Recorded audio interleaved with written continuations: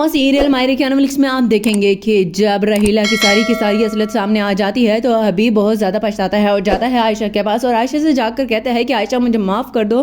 तो इस सुनते साथ ही आयशा कहती है कि हबीब आपकी तबीयत तो ठीक है, आपको क्या हुआ है जो मुझसे माफ़ी मांग रहे हैं। तो इस सुनते साथ ही हबीब कहता है कि मैंने उस मनहूस और चलाक और मकार औरत के पीछे तुम्हें बहुत ज़्यादा दुख दिए हैं, तुम्हें पता है कि उसने ही तो मेरी माँ को मारा है। तो इस सुनते साथ ही आयशा कहती है कि अल्लाह अल्लाह क्या कह रहे हैं आप कि रहीला ने मारा था अम्मी को, मुझे तो खुद यकीन नहीं आ रहा। तो इसी के साथ ही हबीब कहता है कि मुझे बिल्कुल भी सुकून नहीं मिल रहा है आयशा, अगर तुम मुझे माफ़ कर दोगी ना तो मुझे लगता है कि शायद मेरी माँ भी मुझे माफ़ कर देगी और उनकी रूह सुकून में आ जाएगी। ये सुनते साथ ही आयशा कहती है कि लेकिन मैं माफ़ी उस वक्त दूंगी जब मेरी बच्चियाँ आपको माफ़ करेंगी। दूसरे सीन में आप देखेंगे कि तलाक लेने के बाद जब रहीला पहुंच जाती है आलिया के पास और आलिया से कहती है कि आलिया तुम भी मुझे माफ़ कर दो और अपने घर में जगह दे दो। तो इस साथ ही आलिया कहती है कि माफ़ी आप ही मुझसे किस चीज़ की मांग रही हैं, और हाँ यहाँ पर मैं आपको नहीं रख सकती हूँ, आपको बताया था ना कि यहाँ पर जमशेद और उनकी माँ बिल्कुल भी आपको बर्दाश्त नहीं करती हैं। तो इस साथ ही राहिला कहती है कि मैं उन सबसे भी माफ़ी मांग लूंगी, बस एक दफ़ा तुम मुझे माफ़ कर दो। तो इस साथ ही आलिया कहती है कि ऐसा क्या किया है आपने